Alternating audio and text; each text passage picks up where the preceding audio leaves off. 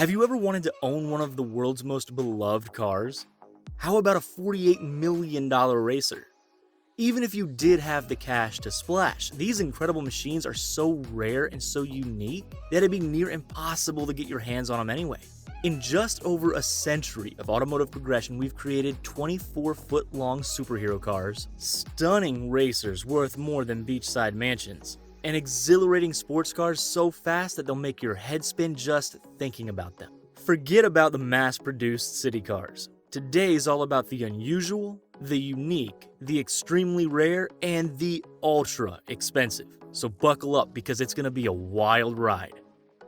It's got 6 wheels, it measures up to a whopping 24 feet long, and you can drive around with the top down. This car was made famous for its appearance in the 2003 superhero film The League of Extraordinary Gentlemen, and is perhaps the most challenging custom build of all time. The so-called Spirit of Nemo is loosely based on 2 Cadillac limousines, hence its abnormally long appearance.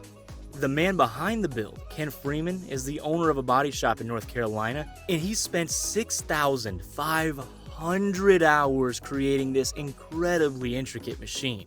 And it's the only one to have ever been made. From its stellar steering wheel to the detailed dash, its fine-tuned trims, and those stunning elephants on the front, the design really is unmatched. Captain Nemo's real-life car was listed on eBay back in 2016 for $165,000. Even though it is so stretched out, the peculiar vehicle apparently still drives like a breeze. It's got quad front steering and a Cadillac 425 V8 engine under that 10-foot hood. If $165,000 sounds like chump change, then perhaps the cost of a 1962 Ferrari 250 GTO might be more up your alley. $48.4 million. One of these rides was selling at that absurd price back in 2018. The number can go even higher depending upon the particular car that's in question. For example, a German race car driver named Christian Glassell sold his Ferrari 250 GTO from 1963, which is the same model from the following production year, in a private sale to David McNeil in a deal estimated to be worth at least $70 million. When this gem was first produced, Enzo Ferrari was required to personally approve every single buyer, and there weren't many of them. All up, only 39 of the 250 GTOs were created, 33 of which had the original design. The other 6 were split into 2. One half had a tweaked bodywork known as the Series 2, and the other, known as the 330 GTO, was built with a larger engine. This fine piece of work, ladies and gentlemen, is the 1957 Ferrari 250 Testarossa, or the 250 TR for short. These models were put to market during the 1950s and 60s, but you would have had to strike gold if you wanted to get your hands on one of the sleek 1957 models. Only 34 of these cars were ever made. Fast forward to today, and they're worth truckloads of cash. It's not much of a surprise though, considering that it went on to win 10 World Sports Car Championships. One of these bad boys sold at auction back in 2014 to the highest bidder with a jaw-dropping figure of $39.8 million. Alright, it's time for our next famous yet rare sports car, the 1970 Porsche 917. The 917 was admired for a number of reasons. First of all, because it gave Porsche its first ever overall win at the 24 Hours of Le Mans in 1970, and then again the year after that in 1971. Secondly, because it was packing some serious power under the hood. It flew from 0 to 62 miles per hour in just 2.3 seconds, and soared up to an exhilarating top speed of close to 240 miles an hour. But it also featured in the 1971 Steve McQueen film called Le Mans, which was about the race, of course. That appearance propelled the car towards celebrity status. Is it such a shock that the 917 sold at auction for $14 million in 2017?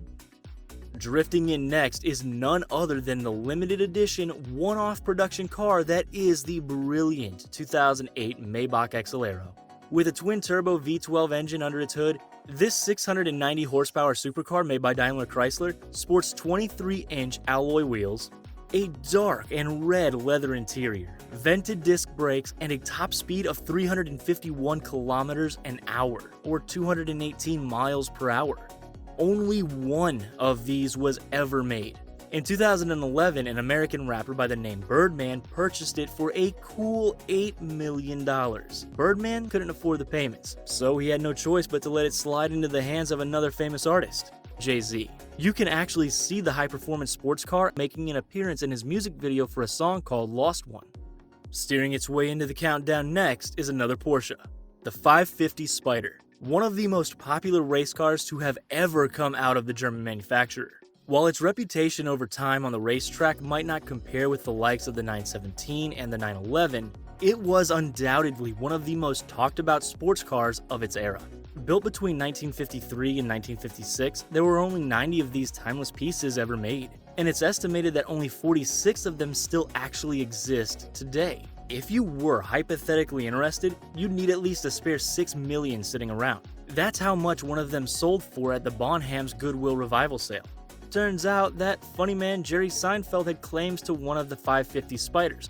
However, he decided to sell it, along with 14 other cars, for a startling price of $22 million.